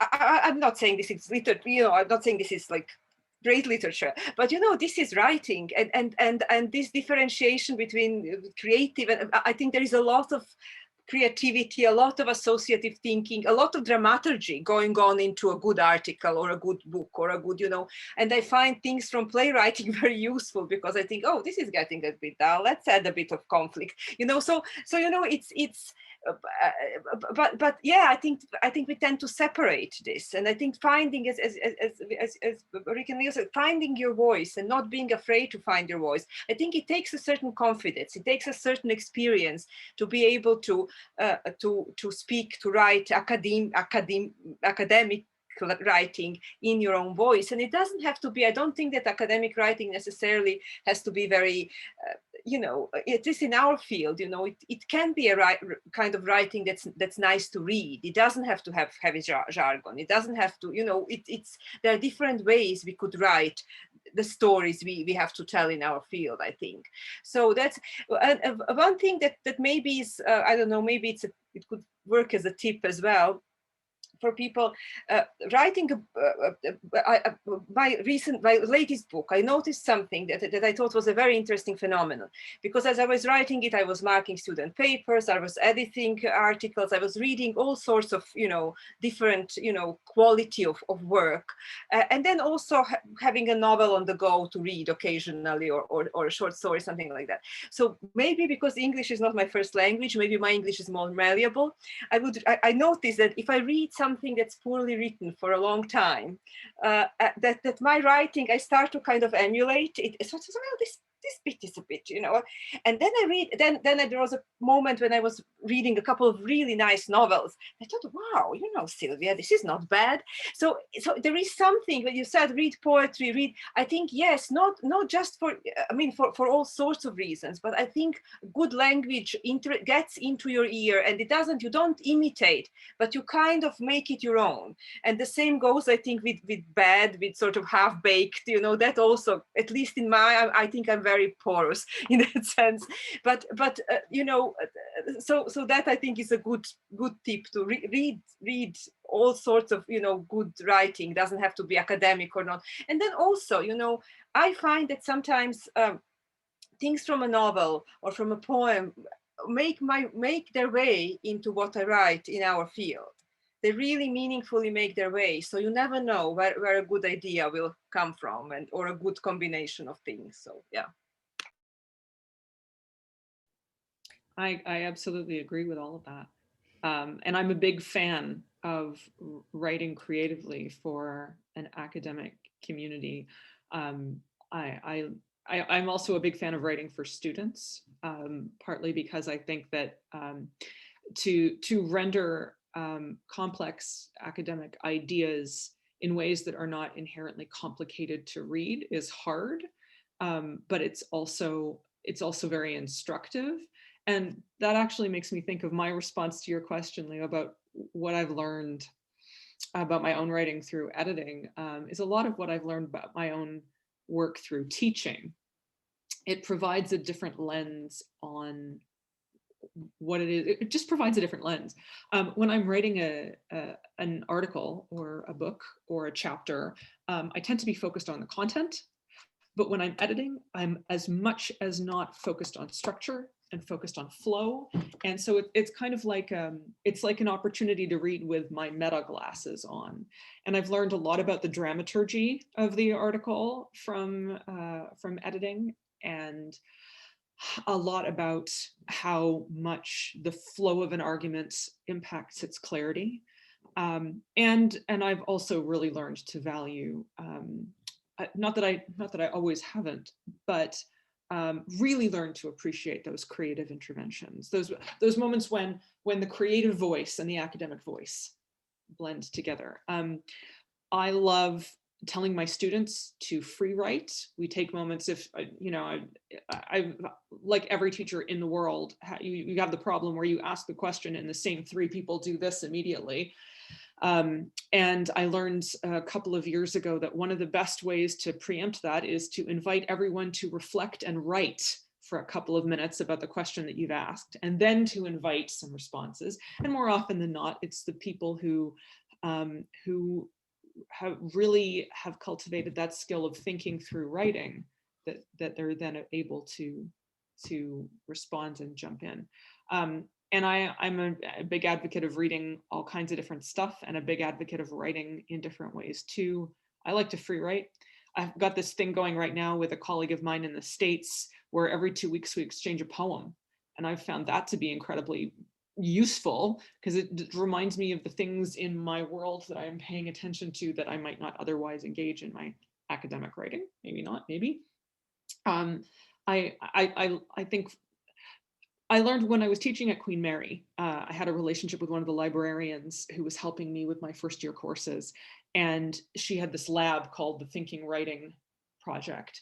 And I've always glommed onto that. We develop our ideas by practicing our writing. And developing a writing practice is the only way that you'll be able to find your voice, by exploring and experimenting with different ways of using it.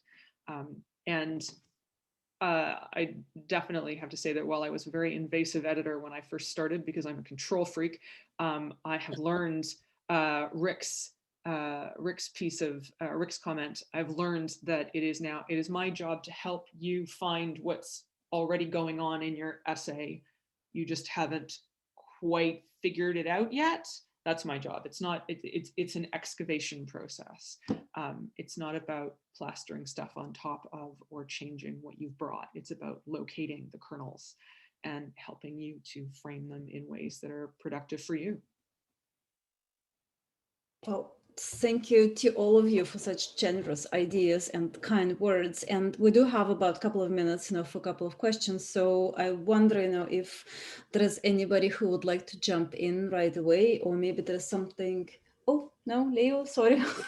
Before we move on, I want to thank Sylvain for translating me into French. I have never heard myself in French before, and I found really amazing. You sound wonderful, actually. Yeah, thank you. Yeah, so I'm not sure if I have hands or questions in this. So please, yes, Dina, please go ahead.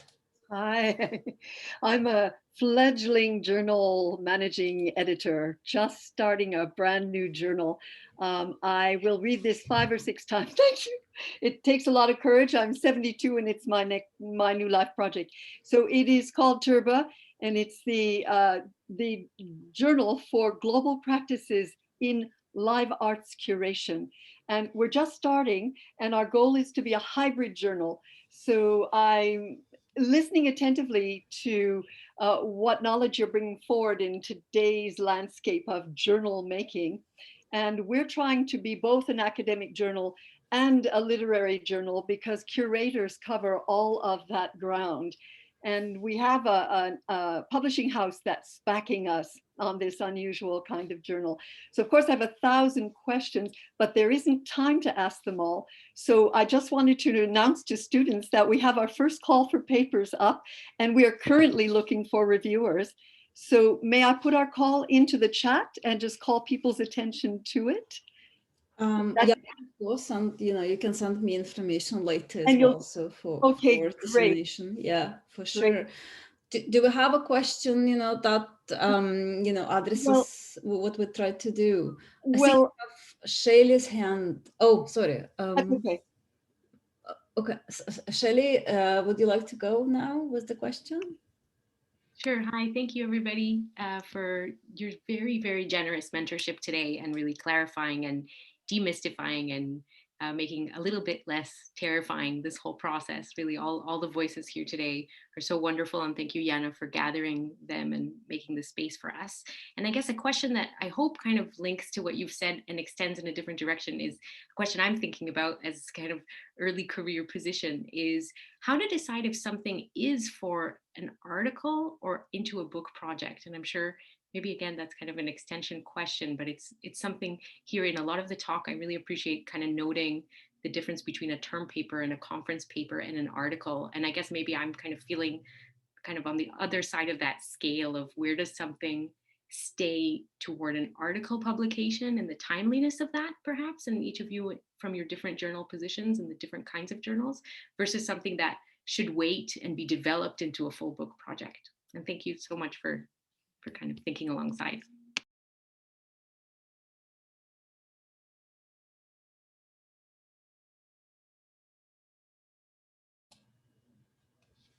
Do we have anybody who would like to pick up on this difficult question? How do you make a choice?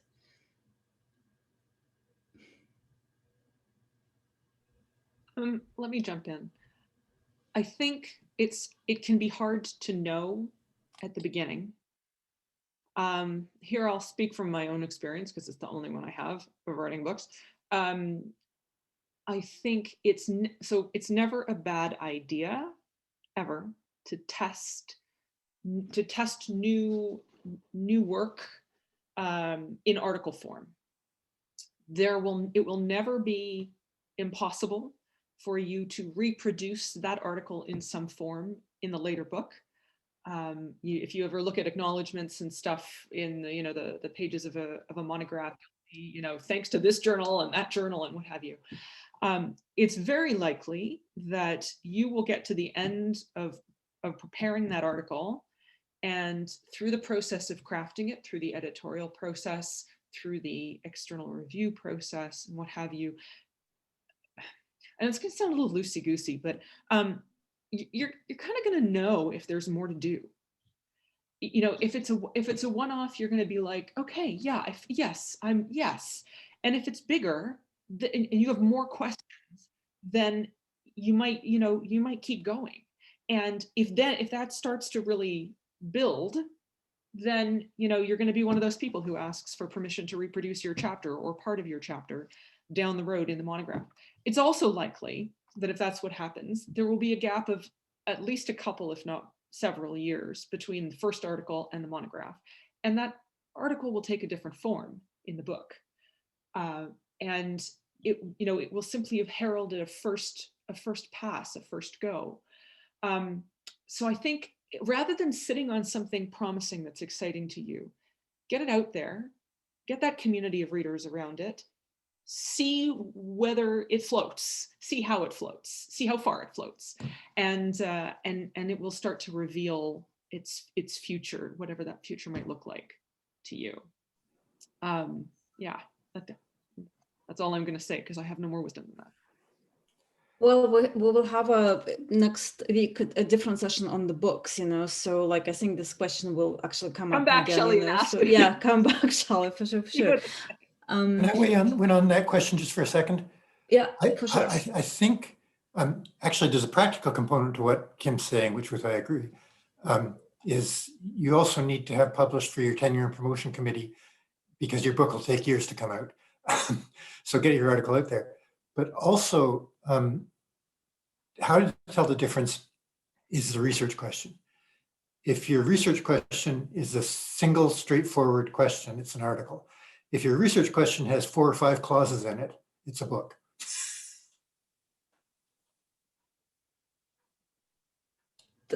This is actually really, really great, Rick, you know, Yeah. so we all need to ask that question, I guess, you know, when we start writing. Leo, you had something too on this topic, no? Well, I can share an experience I had with Rick. I mean, he edited an article of mine, and I mean, that helped me a lot to realize that that was really a book in the making. Because although there was a very self-sufficient story in the article, it became evident also that there were these all other potential moments that needed to come to make that article even better. So thank you, Rick, for that. By the way, I don't know if I ever told you. So it's hard to know how those things go because, you know, every process is different.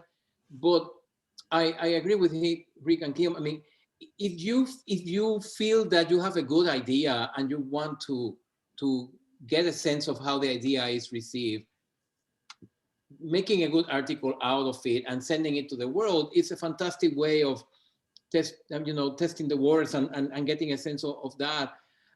You will know as you go along if that story has beginning, middle, and end, or if somehow that story is a beginning or a middle or an end. Because when you turn to the book, that article might end in the most unexpected location. And what you thought was the beginning maybe belongs to the middle, maybe belongs to the end. I mean, you readjust as you go along. But just put it out there. So, because it is through that conversation that you are going to get the distance and the perspective to really see if this is a landscape, if this is something bigger. I mean, hiding it hiding it would not help you, but making it circulate will always be a great help. Thank you. I will now turn to Art, to his question, and I see maybe Silvija will pick up. Depends, what the question is. Art, hi. Hello. Hello. Can you hear me? Yes, please, go ahead. Great. Well, again, thank you. Merci bien pour vos conseils. C'était tellement pratique. I have a question about publishing your thesis, turning it into articles for academic journals, specifically when the embargo that the library allows you to have has already passed, because the academic job market is not particularly great, and so you've probably been busy doing other things rather than publishing your thesis. So what is your advice on publishing a thesis that is currently available through the library system? Because most universities require you to submit the thesis and it becomes available. Is there any value in even pursuing that, or is it too late already? Thank you. Oh, wow. That's a challenging and fascinating question. Well, let's start with this. I mean, we never published the thesis because between the thesis and the publishing, that manuscript becomes something else. So by publishing it, you are already moving it forward from what the thesis was. And I think that just doing that, it's gonna make your work so much better. If you are already doing something else, if you're already involved in another project that you feel is more satisfactory to you than what your thesis is, well, maybe my recommendation would be that you put all your investment on that one. I see dissertations, and this might sound heretic for some people, but I see dissertations and theses, they are rehearsals. And at some point, the rehearsal goes to production, and that's the incarnation of that work that really matters and that will move you forward. So if you are planning on publishing the thesis as it is, I would recommend that you reconsider.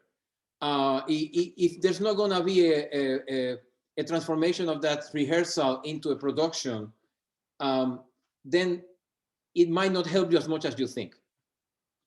You know, so think about that. It's a very personal decision, of course, and you know better than anybody else what you need to do. But I would say, I mean, if it's a rehearsal, maybe you need to go get that manuscript into opening night before you put it in the world. Otherwise, you are publishing a former self of yourself. Thank you. Can I add one thing to that? I agree. But the other part of your question, Art, was about, because it's already available to people, people only find theses that are looking for them. Whereas people find articles, a broader audience finds your article. So yes, it will have to be transformed into an article from being a chapter in a thesis, and that will make it better, and it will also make it different probably. And it will get you feedback from somebody other than your advisor or your committee, but it will also reach a broader readership. And I think that's always worth it.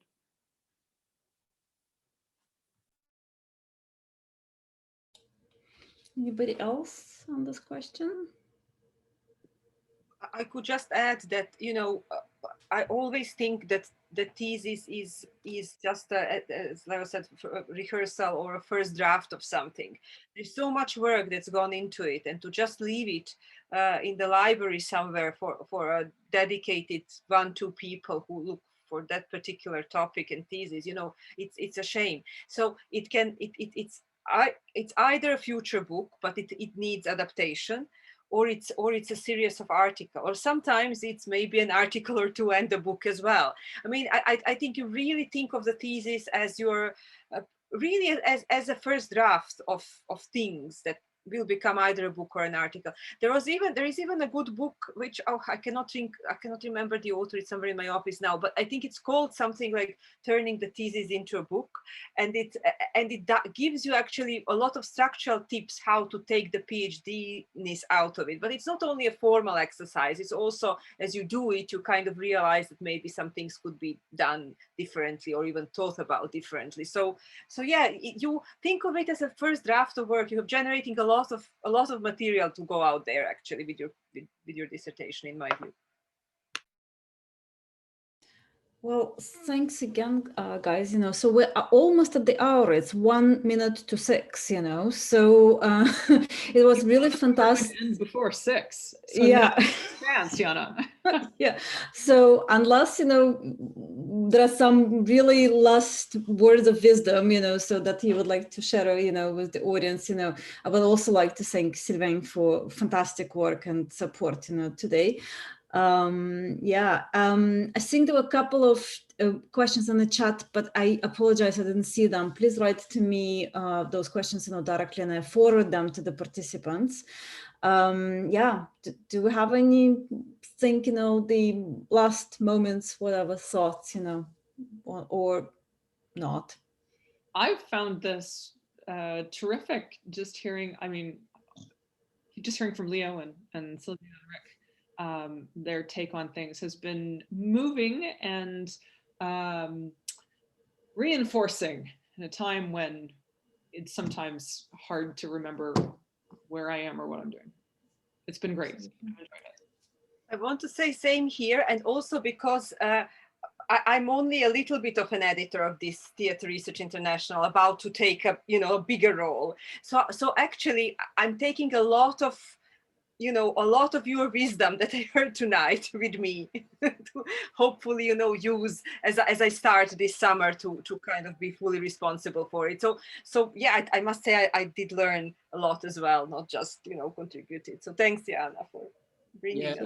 And I would like to add to that, in the middle of this strange time we are going through, in which we are so close and so distant at the same time, it's great to remember that we belong to a community, we belong to a big family of collaboration and sharing, and our profession brings to the picture a fundamental skill, which is the skill of communication, and creativity.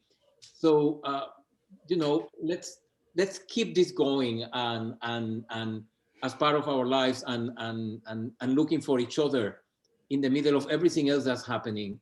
I truly enjoy this being in this kind of Zoom cafe with all of you today. Thank you so much for the invitation. Thank you. We will be back next week. Enrique, yeah, okay. Let me say thank you too, as sort of co-organizer of this with Yana, though she did all the work, but you were all great. Thank you. Thank you. Well, and again, you know, thanks a lot, you know, so please continue with your very, very important and generous work, you know, so for those who are guests on the call, you know, thanks for your patience, and let's reconvene on March 15th, you know, to talk about even more interesting journeys with books and edited collections and so on. Yeah, and we'll see you soon. Thank you. Thanks. Bye-bye. Bye.